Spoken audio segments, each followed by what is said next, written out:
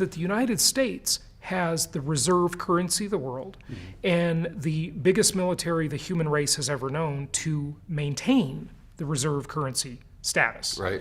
And there are all kinds of chicken little doom and gloomers talking about how the sky is falling, and it kind of is, but very, very slowly.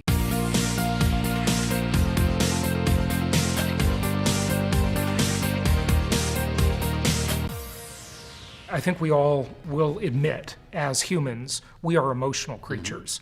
Now, we rationalize our emotions with logic. We do a very good job of that most of the time. And so, we act impulsively when it comes to money. We make decisions every day of, are we going to delay gratification by not spending in the hopes of a better future?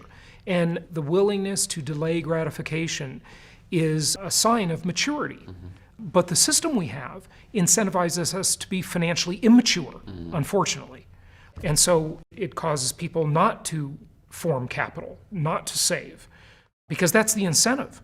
That's what the system wants us to do. It's a debt-based system. You're punished if you save. Absolutely. If you start to accumulate and save, you're actually punished for it. And unfortunately, when we look at the circumstances of today, which we'll get maybe into in more detail in a moment, what we see is that the people who have the toughest time trying to save, who do, are the ones who kind of are punished the most. Is that the scenario that you see right now? Essentially, yes. The people are being punished to save because their savings is being debased through inflation, and it just won't buy as much in the future. So people spend today, they forego their future, and it's just a very unfortunate system and set of circumstances.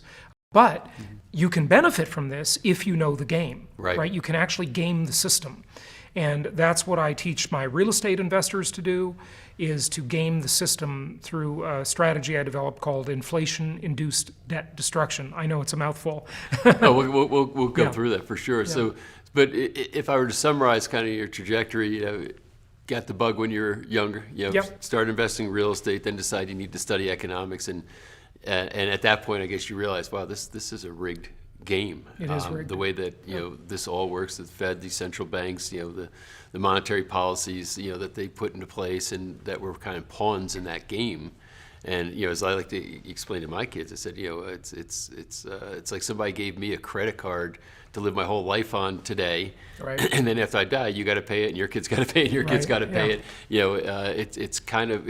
I wanted them to understand how egregious and irresponsible our government is behaving, and they get it through that example.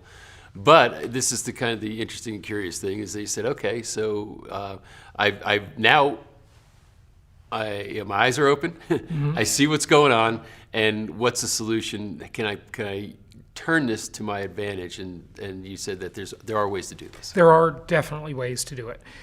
What I always say to our investors is, and we help people buy real estate nationwide. We help people invest in real estate and build portfolios. And I think it's such a good asset class because it's multidimensional, right? And there are many ways you can earn your return. Most people love real estate and they get that intuitively nowadays. But we've got to align our interest with the two most powerful forces the human race has ever known: governments and central banks. Those are the most powerful forces in the world, and we need to play their game. We need to do what they do. And their business plan is to inflate away the debt. For example, when it comes to foreign trade, if the United States owes $1 trillion, if the United States has $1 trillion in debt to, say, China, right, which is somewhere around the number, I don't know the exact number lately, but that's called a current account deficit, right?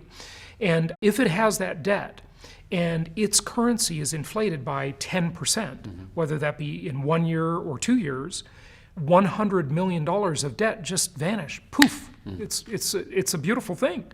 So the business plan of governments and central banks is to inflate away the debt. Now, so to stand on that for a second, because it's 100% accurate, why the Chinese know this? Yeah. Why would they accept the debt? It's a great question, and it's a multifaceted answer. Because number one, they pretty much have to. I mean, we are their biggest customer. And I know there's a lot of hostility going on with China nowadays. But we're still China's biggest customer, which, I believe that the good side of all of this worldwide trade and globalization is that we're less likely to destroy our own customers, right? So hopefully that will keep the peace to some extent. You're relying on some level of rationality, but yes. Well, look, when it comes to money, people usually they suddenly sober up, don't they?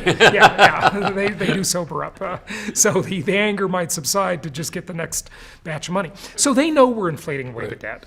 And pretty much every country on earth is doing the same game. But there's one huge difference, is that the United States has the reserve currency of the world and the biggest military the human race has ever known to maintain the reserve currency status. Right.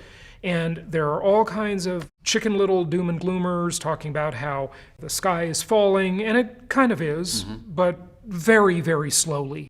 It's not going to happen anytime soon. Right. They can probably kick this can down the road for decades, if not entire lifetimes. So You're talking about the economic can or the reserve currency can, or both? all of the above. Okay.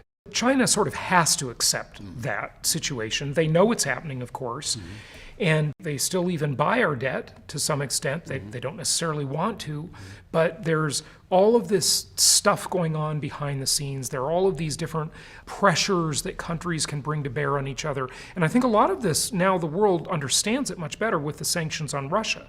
And the world really gets that by and large, because we've seen the kind of pressure you can put on a country when you have the reserve currency. You are in the bully pulpit, and the United States is in an extremely enviable position. Now, other countries don't like it. They'd rather have the reserve currency, of course, but the U.S. has it now, and it's using its advantage. Yeah, and some people are worried that we're going to lose that. The Saudis are now accepting the yuan directly from China without having to transfer to dollars. But I spoke to an economist friend of mine who was an economist for two presidents, and basically he said there could be one or two reserve currencies. It's us or China. And people aren't going to trust putting their money in China into a communist government, so it's secure as far as he was concerned. I would agree wholeheartedly. The U.S. reserve currency status is going to be maintained for quite a while. Even though we're what we're doing to the currency, et cetera. But I guess everybody else is doing it too. I guess we're still the tallest pygmy is what it amounts to. Exactly. It's the prettiest girl at the ugly dance kind of metaphor, right? Yeah. It's compared to what is the question. Right. Of course the U.S. is doing all these bad things, but so's everybody else. Yeah. And to your point earlier, it's not like tomorrow it all comes apart. They can keep this game going. It's kind of this Ponzi scheme, if you will. They can keep it going for a while. It's not going to be tomorrow or next month, but at some point it's going to collapse. We just don't know what that point is. The chickens always have to come home to roost, Yeah. but it can take a very, very long time. Still. If you read George Friedman's books, he was the founder of Stratfor, and they're the company or agency that the U.S. government goes to for intelligence information, right? They have a lot of information. He wrote a book called The Next 100 Years, and talks about how over the next 100 years, America will still dominate the world, and it controls every ocean on Earth. 12 aircraft carriers, the ability to project power anywhere on planet Earth at short notice. This is not going to change anytime soon.